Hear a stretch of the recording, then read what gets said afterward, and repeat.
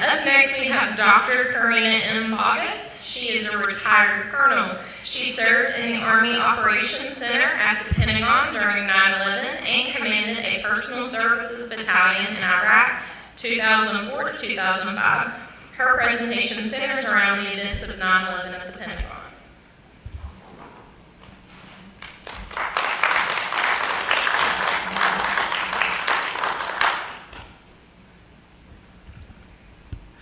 Good afternoon. I really enjoyed the presentations this morning and your presentation, having served 28 years in the Army and lost some people along the way to suicide.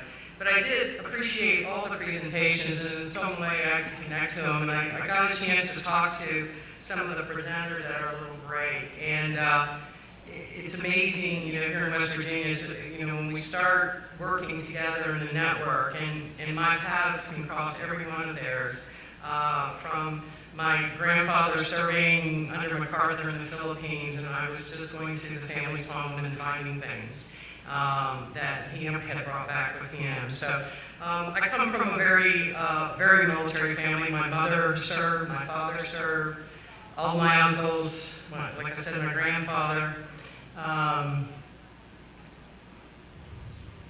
I also had great-grandfathers from the Civil War all the way back to the American Revolutionary War. And interesting about that is I had a grandfather, I guess times 6 or 7, however you state that. He actually fought at the Battle of Culloden in Scotland and lost to the Brits. And he made his way down to what is now West Virginia, Greenbrier, and he commanded the Greenbrier militia and beat the Brits. So it's kind of an interesting perspective looking at that. I also had some that was a father-son, also commanded at the captain, lieutenant rank up in the Connecticut militia. And it was actually, because it was actually the easiest to prove as far as the lineage, it was those two individuals that secured my membership in the Daughters of the American Revolution. So, but anyway, I want to thank you for the opportunity to speak today. I just want to reflect on the fact that we're 3 days out from Veterans Day, and since the founding of our nation, more than 42 million Americans have stepped forward to serve their country in its hour of need.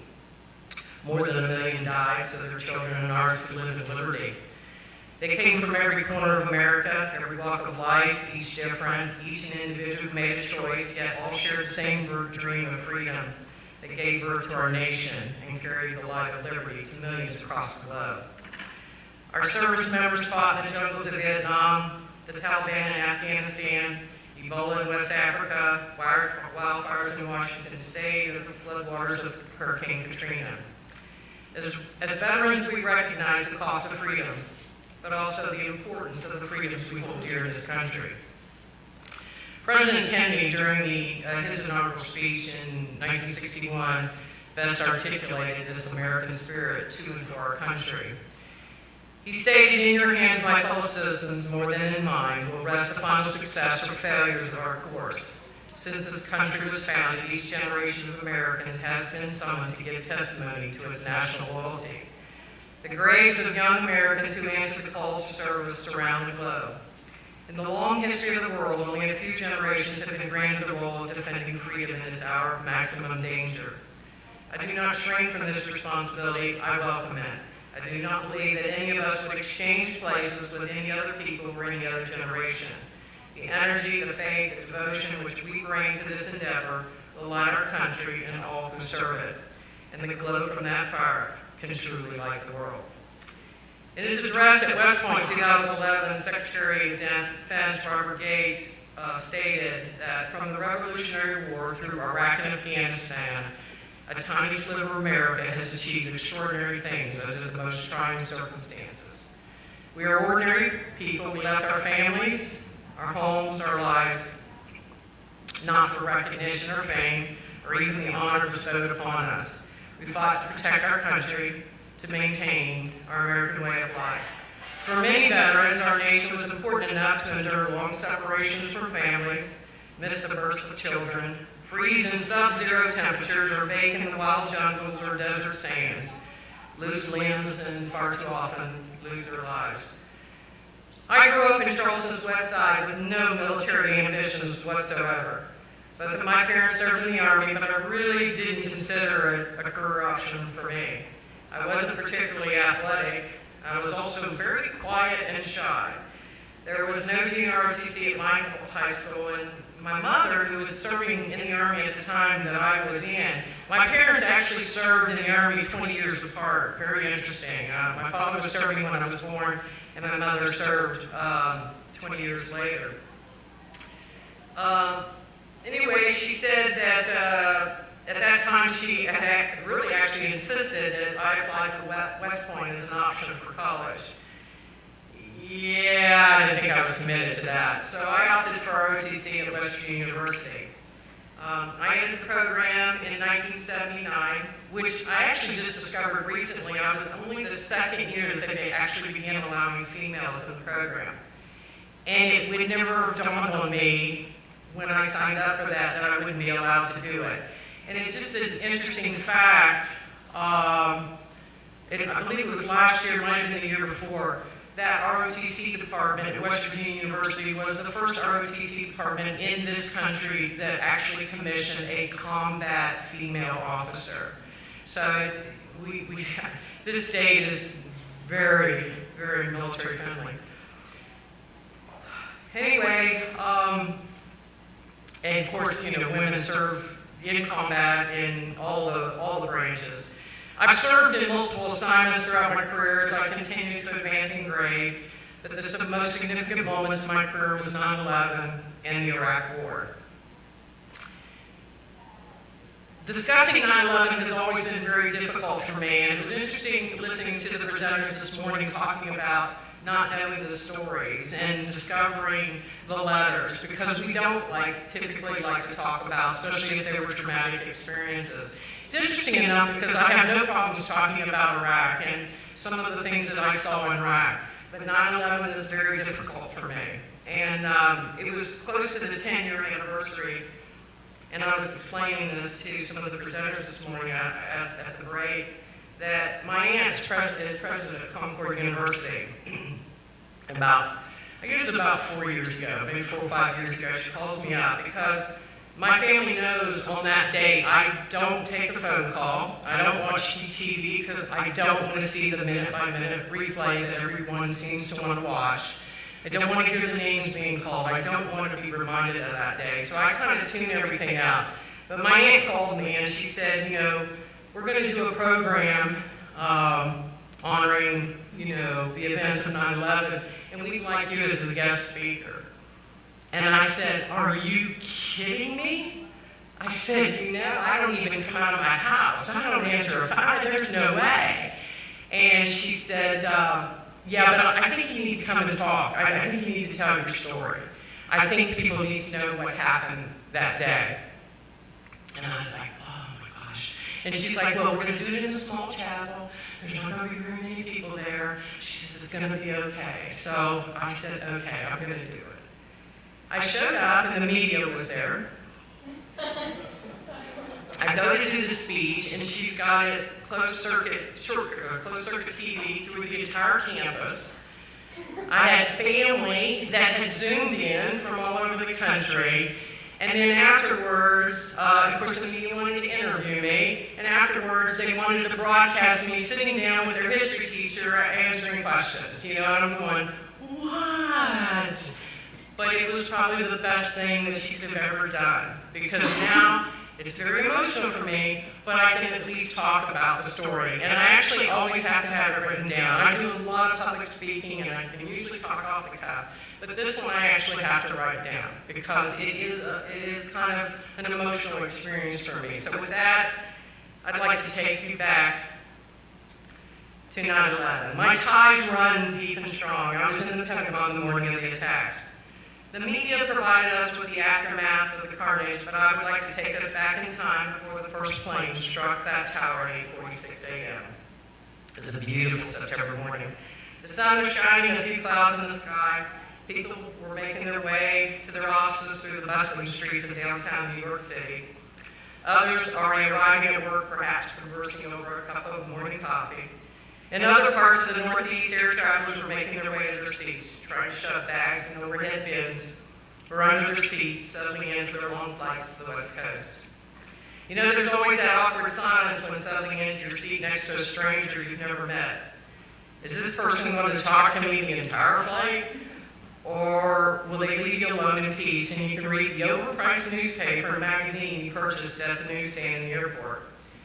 Never realizing how they would be forever connected. And in the case of Flight 93, come together as a united front to save others at the risk of their own blood. The Pentagon was already buzzing with activity, employees rushing to meetings or making their way down the intricate corridors heading to their offices for another day of work. The Pentagon is a massive structure. It's one of the largest man-made structures in the world, one of the largest office buildings in the world, with over 25,000 workers housed in an office space along 17 miles of corridors. It's constructed of 10 corridors with 5 wedges, 5 stories high, connected by 5 rings of corridors.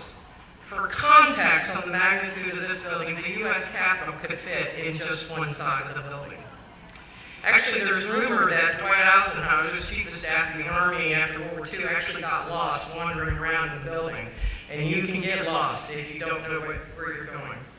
The original construction of the Pentagon began on September 11, 1941, 60 years to the date of 9/11. Since steel was directed to the war effort during that initial construction, only concrete was used with the sand dredged from the Potomac River. By the summer of 2001, one wedge of the building as part of the total renovation project had been completed. And I had worked for the Army G1, and it was pretty much the Army's wedge that had got renovated, although you did have Navy on the first floor, and I believe, no, I think it was Air Force on the first floor and Navy on the top floor. But anyway, so office workers, we were, those people that worked up there were moving back into the wedge, so most of the office space was actually still unoccupied. We were excited for this renovation, which meant escalators to move quickly between the floors and through the corridors, and modern bathrooms that didn't smell like the odor of almost 60 years of use.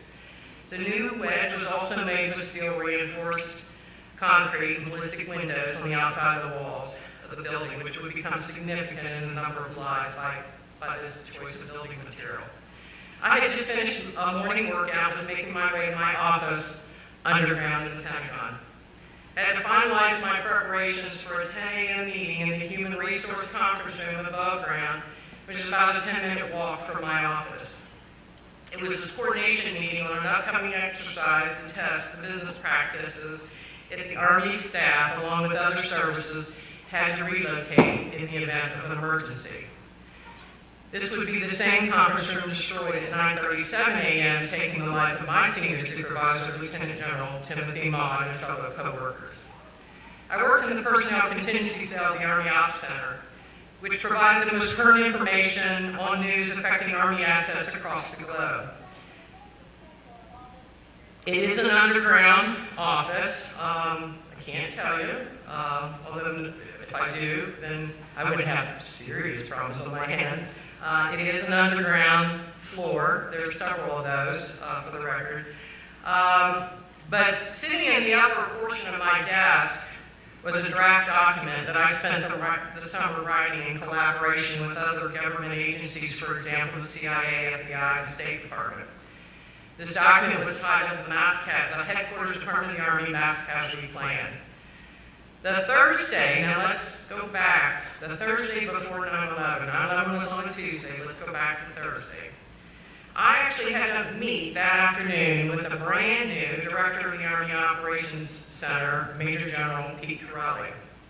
This was his first time being assigned to the Pentagon, which is very unusual for a 2-star general to never have been assigned there. So he was, one, learning his way around the Pentagon, but because he was now the Director of the Army Operations Center that I worked in, he was taking briefings one after another. And then I get the call that I actually finally can go in and brief him on this plan because it was a draft, and it only needed his signature to finalize. But the meeting time was at 3 in the afternoon. Now, all of you know, after working a long day, what a 3 o'clock meeting time is going to look like. So I knew I was up against something there. So anyway, I start doing my presentation on this mass casualty plan, and the eyes were already glazing over. And he just said, stop, I don't get what you're talking about. He said, give me a scenario where we even have to use something like this. And this is in the Army Historical Records. I said to him, thought about it for a few minutes, or a few seconds, and I said, imagine a major airliner plowing into an office building in a major metropolitan city like New York. And he said, okay, now I understand. So now let's fast forward to that Tuesday morning. As I was sitting in my office, I looked up from my work as I caught the news broadcasting a live feed of a plane that ran into one of the Twin Towers in New York City. You could see the smoke billowing from the building, and the size of the plane was really couldn't make it out. And I thought, gosh, how odd that to occur when the live feed captured the second plane hitting the second tower. And in that instant, I realized the gravity of the situation. We were under attack. I reached for the draft document, and I opened it up to the first page, realizing that I would not be making it to that 10 a.m. meeting. Later that morning, I was walking down. Before I tell you that, I did not know where I was located. I did not know that we had been hit. And that's how far underground you are. And in the location of where you are underground. But in that mass casualty plan I had wrote, I had an updated list of all the officers that I would call to expand our operations, because you've got to go to 24/7 operations to be able to keep up with all the requirements that are going on with those kinds of events. And so I remember when I saw that second plane go in, I knew we were under attack, and obviously my plan is now going to go into effect. It's still in draft form because he didn't sign it. I had to start calling those officers down to the operations center so that we can run 24/7 operations. And I just kind of randomly called certain officers. I didn't start with A to Z or anything like that. And so it's about 15 minutes later, 15, 20 minutes later, they're coming in to my office has got like bays of computers and stuff, and they're coming in, and one came in and she's got coal black hair, and she had like flakes in her hair, and I'm like, why is she having a bad hair day or something? And then another one followed in behind her, and he had bloodshot eyes, and I'm like, well, okay, what's going on? And they're like, you don't know? Because it hadn't popped up yet on Fox News. And they said there was a major explosion upstairs, and the gentleman with bloodshot eyes was thrown up against the wall as he was trying to make his way down to where we were. Now, the hard part for me is that everyone that I called initially survived. Everyone I didn't get to did not survive. And so I always ask myself, why did I call? Because I didn't do it in any kind of specific order. It was just I called this person, this person, this person. And so I kind of have to, take that in and recognize what it is. So it was really kind of interesting. But anyway, later that morning, I do have to tell you kind of if you want to find any humor in all this, because of where we were, they couldn't turn off our ventilation because we couldn't breathe. And one of the things that a lot of people don't know is there's only one door to get to where we were. And that door was sealed in. And another thing a lot of people didn't know is the FBI took over the Pentagon immediately. Now some people would be surprised because, it's a military building, but it's a federal building. And so the military, the FBI immediately took over. They sealed our door up, but they couldn't turn off the ventilation because otherwise we wouldn't breathe. So anything that's going on upstairs is coming down through where we are. So it was, the scent, that smell I will never get out. And it was like 3 or 4 months later, I was walking through a stairwell or coming down the stairwell in the Pentagon, and that smell, I hit that smell, and I sat down and cried because you're smelling, the charred remained. You're smelling the smoke, you're smelling the plastics, you're smelling all of that, and you're still having to do the job that you're doing. And one of my first responsibilities was the Secretary of the Army no longer had an office, and so he was using my office. And one of the first things he said to me is, I need you to contact all the general officers in what they call the National Capital Region. I had no idea we had that many generals in the area, but I had to get them on the phone and actually hear their voice, because we had a feeling that I had lost my 3-star general. We had a feeling that we had lost him. So anyway, so later that morning I'm walking down this hallway and I see General Correlli, the one that I had briefed the Thursday before, and I had not seen him yet. And I see him approaching me. He's a really tall gentleman, and he wore what they call tanker boots. They're the leather boots that have buckles on. The generals get to modify their uniforms a little bit. So I knew who it was coming towards me, and I'm like, oh, this is not going to be good. And he approached me, and of course, I gave the greetings because he's a senior officer to me. And he looked down at me and he said, I don't really like your scenario. And then he walked away. And he actually did put my comments to him in that meeting. That did go into the historical records. But something amusing happened a couple hours later, and it ended up being a tragedy. But they come running down in the hallways and they said, there's another plane in the air. And they didn't know where it was going to hit. They knew it was going to hit D.C., but they didn't know which building. Were we going to get hit against the Pentagon? Was it going to be the Capitol? And from what we understand, it actually was going to be the Capitol. And they said, brace yourself. Now, how do you brace yourself? Because you're underground. I mean, you're still you ain't going anywhere. And if that plane had hit, and two things, if that plane had hit any other wedge of the Pentagon besides the one that had just been renovated, that entire Pentagon would have felt like dominoes, because there were no steel reinforcement, only that wedge. So it hit that wedge.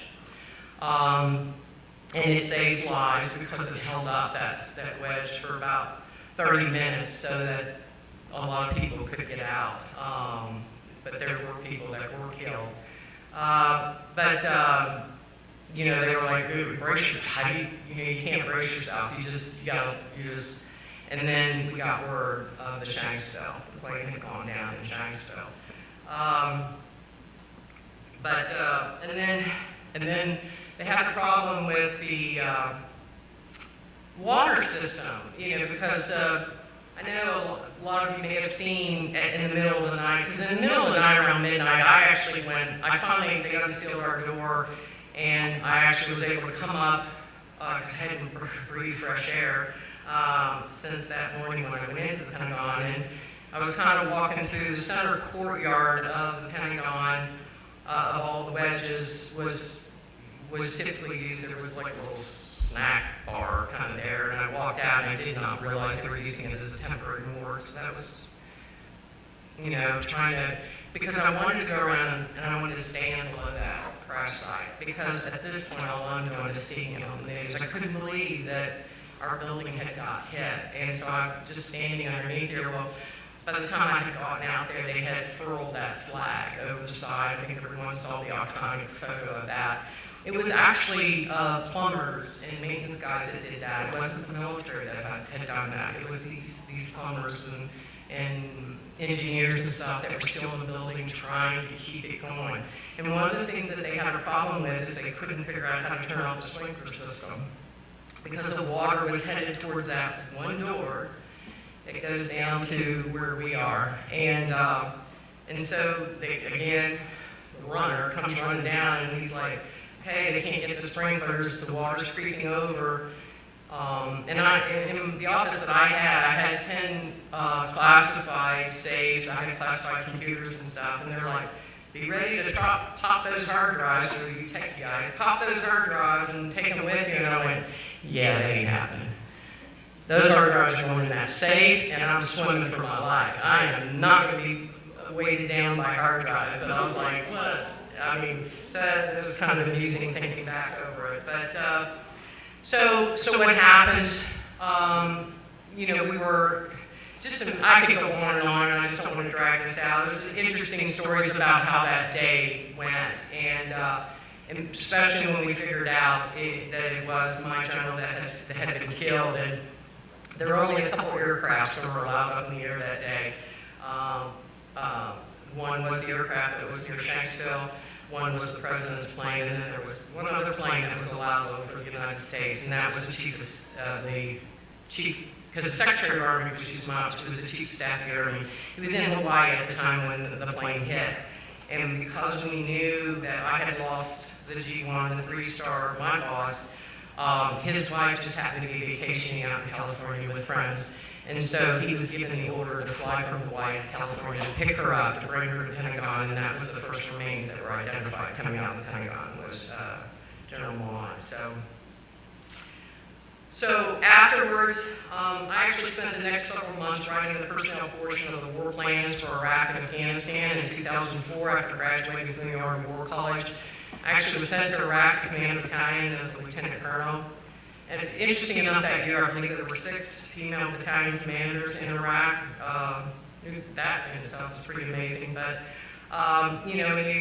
you had talked about, individuals that, may have been in service type of jobs, but they had an impact. My personnel service battalion, you would not realize this, but our primary mission in Iraq, and I had the geographical footprint the size of West Virginia that I had covered down on. I had 15 different operating bases. I spent all my time in Black Hawk checking on my soldiers, but our primary mission was casualty reporting. That's what we had to do. The second mission was mail. You imagine how important mail is to those individuals in theater. And then the third mission, probably the most important thing to those individuals stationed over, especially these young soldiers, was the Stars and Stripes newspaper, because it's your only connection to the United States.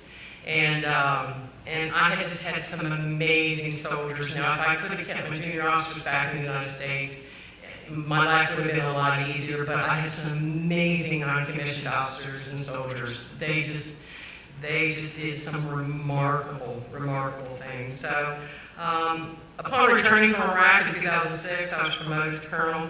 My final assignment was back in the Pentagon as the Chief of Staff for Personnel, or what is referred to as the G1. And I served in that assignment for 3 years until my retirement. So after I retired, I had to do something with my time, because I really wasn't interested in the 9 to 5. If I was, I would stay on active duty. I wasn't forced out. I didn't have to leave. I didn't bump up against any kind of dates that required it. I just was tired. I figured I had done enough, and I was ready just to sleep. So I retired, initially came back here when my mother died, and my father was a longtime companion. He could live, he's by himself here, I could live anywhere, so I came back here, but I had to do something, so I decided to get my doctorate degree at the University of Charleston. I did that in about 3.5 years.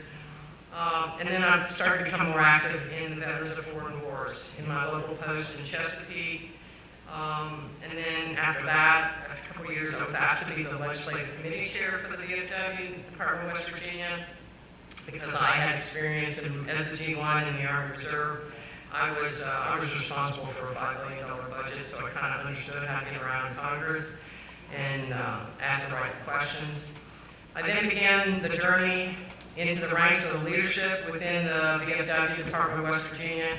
And in June 2022, I was installed as the Veterans of Foreign Wars State Commander for West Virginia, first-time female in their 103-year history. So, but that was an interesting accomplishment. I continue to serve in various other organizations here within the state. I am getting older, so I'm starting to try to slow down on some of those things, but I do appreciate the invite to come and talk. I know my story or my speech today was about me personally, but I was talking to some of them at the break, and I realized that the presentations this morning were individuals who are trying to keep legacies alive for soldiers who can't come up here and talk about their story, because every service member, male or female, doesn't matter, has a story. They had something that got them to that point where they served in the military. So thank you again for the invitation. God bless you, God bless our veterans, and God bless the United States of America.